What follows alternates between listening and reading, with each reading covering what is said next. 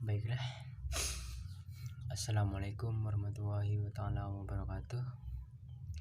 Eh, Alhamdulillah, pada kesempatan kali ini kita masih diberikan kesehatan oleh Allah Subhanahu wa Ta'ala dan bisa menghirup udara dengan segar. Kita harus syukuri itu. Dan juga jangan lupa sholawat serta salam tiap harinya. Sholawat serta salam kita tetap curahkan kepada junjungan Nabi kita, Nabi Muhammad Sallallahu Alaihi Wasallam. Allahumma shalli wa sallim alaihi. Baiklah, langsung saja. Saya akan memperkenalkan diri, yaitu nama saya Ahmad Khalis. Saya dari Tadris Bahasa Inggris Jember. Pada kesempatan ini saya akan membahas tentang makalah yang saya buat, yaitu judul kurikulum. Nah, kurikulum itu sendiri yaitu meliputi hakikat, asas, prinsip kurikulum, dan juga isi kurikulum, orientasi kurikulum. Nah, kita bahas itu dulu. Yaitu yang pertama adalah hakikat kurikulum. Kurikulum secara kamus besar bahasa Indonesia yaitu adalah sebuah perangkat dalam mata pelajaran atau rencana. Sebuah perangkat dalam mata pelajaran yang sebuah perangkat dalam mata pelajaran yang dijelaskan atau dipaparkan dalam lembaga pendidikan. Nah, itu disebut dengan kurikulum, atau juga bisa disebut dengan rencana suatu pembelajaran. Misalkan kita mahasiswa Jember dari bahasa Inggris, yang program studinya itu ada speaking, ada listening, reading, dan juga introduction, linguistik, dan another. Dan juga kita harus memahami bahwa dulu dalam bahasa Yunani kurikulum disebut dengan juga kurir, atau juga bisa disebut pelari.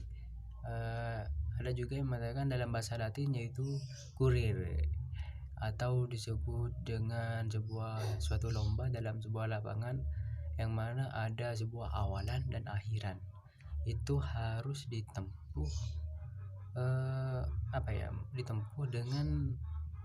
dengan alurnya.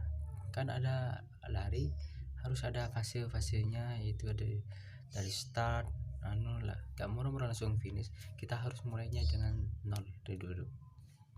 Dan juga paling kita jangan takut bersaing dengan mereka.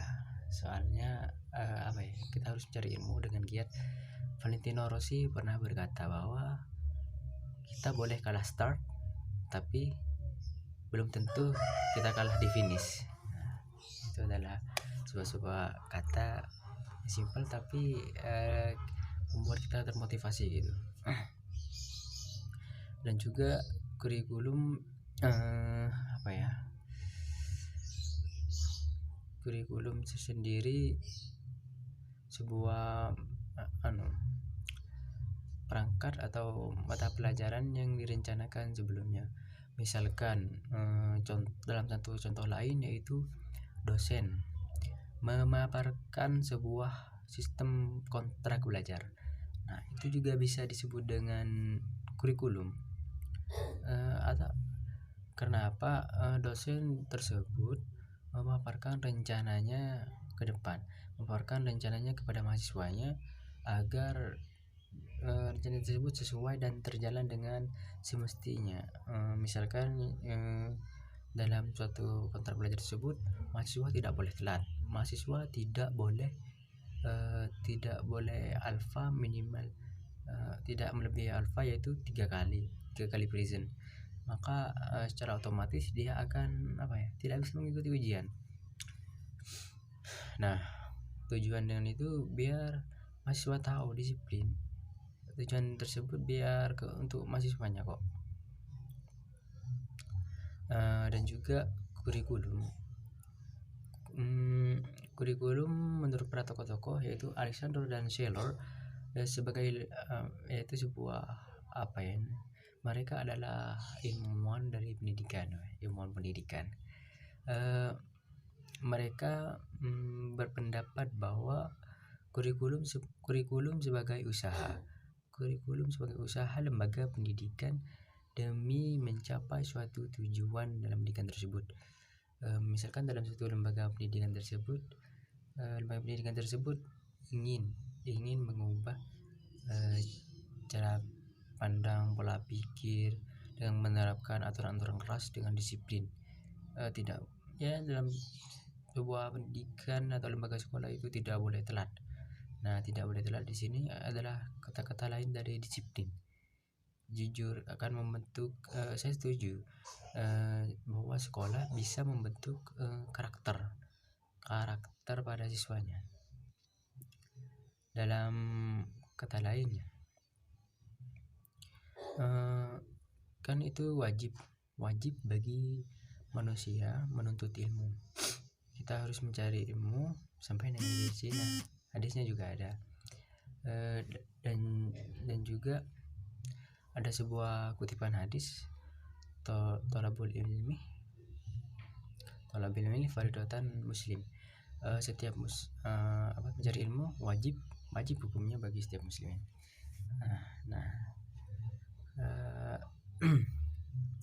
Selanjutnya setelah hakikat, saya akan menjelaskan dengan asas.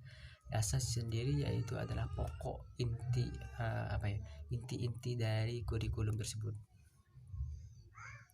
Baiklah, yang akan menjelaskannya yaitu asas kurikulum yaitu terdiri dari dasar kurikulum tersebut. Dasar dari kurikulum sendiri yaitu memiliki asas psikologis, asas sosiologis, asas lembaga, asas sosiologi perkembangan, asas pengembangan ilmu iptek. Nah, pertama asas psikologis berkaitan dengan psikis anak, yaitu dengan kita sebelum pendidikan, sebuah pendidik harus tahu karakteristik pendidik dan peserta didik. Pendidik harus tahu bahwa peserta didik memiliki otak yang berbeda-beda. Mereka ada yang mampu menangkap suatu pembelajaran, ada juga yang kurang paham. Nah, seorang dosen seharusnya tidak memperlakukan dengan sama atau memberikan peraturan yang membuat psikis anak tersebut terganggu gitu. Nah, biar pembelajaran tetap berjalan, karena banyak anak yang tidak sekolah, bolos gitu. Mereka cenderung takut menemui sebuah pendidik yang kurang disukai atau yang membuat dia tertekan gitu. Jangan membuat tertekan, saya tidak setuju. Dan juga asas kurikulum tersendiri yaitu asas sosiologis, yaitu pendidik dan peserta didik harus dekat. Tidak boleh peserta didik tidak bersosial gitu. Maksudnya tidak dekat, dalam arti lain cuek gitu. Guru cuek kepada dosen, sebaliknya mahasiswa harus cekatan gitu, tanya jika tidak mengetahui, tidak memahami pelajarannya apa yang Pak Guru terangkan. Yaitu dasar psikologi selanjutnya yaitu pengembangan iptek, yaitu harus jelas. Yaitu dalam suatu lembaga pendidikan harus bisa mengembangkan pola pikir, ilmu pengetahuan teknologi, khususnya dalam sistem pelajaran. Karena itu sudah kurikulum sendiri adalah suatu rencana harus jelas. Kata guru saya itu Pak Widi, rencana harus jelas. Gagal merencanakan adalah merencanakan kegagalan. Artinya apa? Kita harus sungguh lembaga pendidikan untuk mengatur bagaimana anak tersebut bisa bisa merubah pola pikir gitu. Dan juga ada asas filsafah bangsa Indonesia sendiri, yaitu kita harus mengertilah budaya Indonesia ini seperti apa. Dosen harus bisa memahami, memikir juga bahwa kita ini adalah negara berbudaya. Jadi antara dosen dan peserta didik harus berkesinambungan, dan sopan santun itu perlu bagi dalam ruang lingkup pendidikan. Dan juga ada yang selanjutnya, yaitu ada prinsip pendidikan. Yang pertama yaitu ada law of effect, bagaimana pengaruh peserta didik bagaimana pengaruh pendidik mengajarkan kepada peserta didiknya, yaitu harus memberikan pengaruh, entah itu positif, negatif juga baik kok. Negatif tidak selamanya negatif. Dan juga ada law of exchange, yaitu harus ada dikembangkan pembelajaran dari pembelajaran yang sebelumnya ke setelahnya, gitu. Dan kita harus pendidik dan peserta didik harus berkesinambungan, yaitu mengevaluasi pelajaran kembali yang telah dipelajarinya. Yang selanjutnya yaitu literasi. Nah, literasi tersebut prinsipnya yaitu ada hubungan antara peserta didik, pendidik dan kurikulum itu sendiri.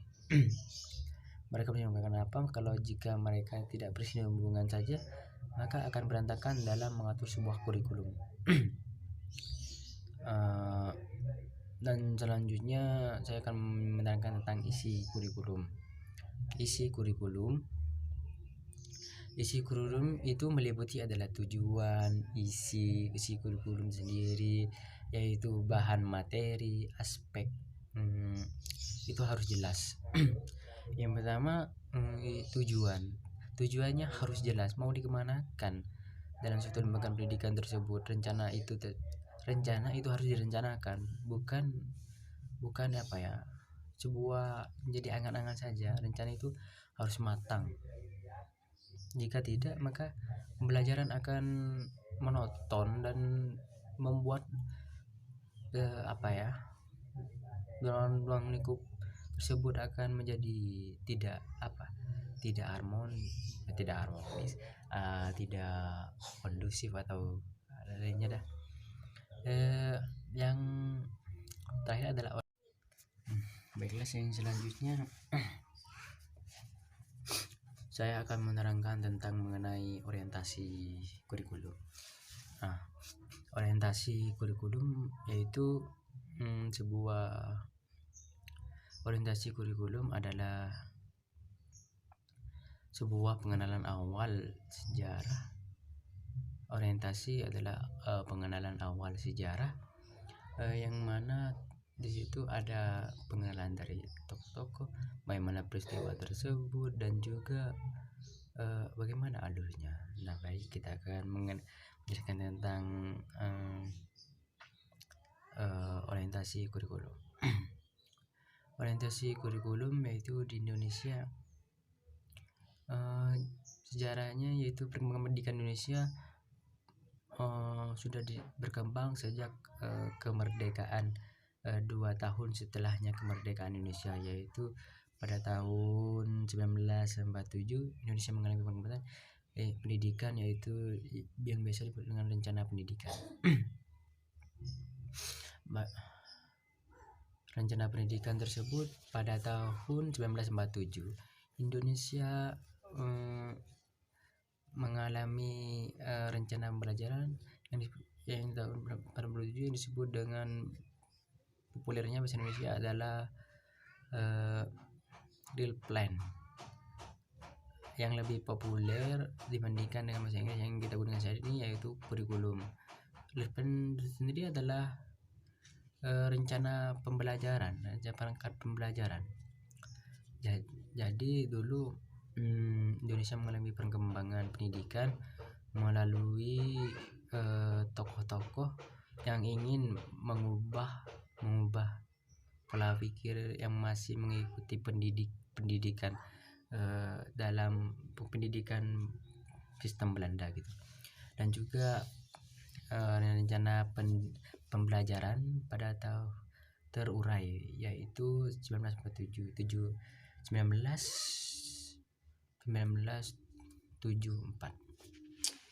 Nah, itu pembelajaran terurai di sini adalah sebuah pembelajaran yang dipaparkan, yang dijelaskan transparan gitu. Tapi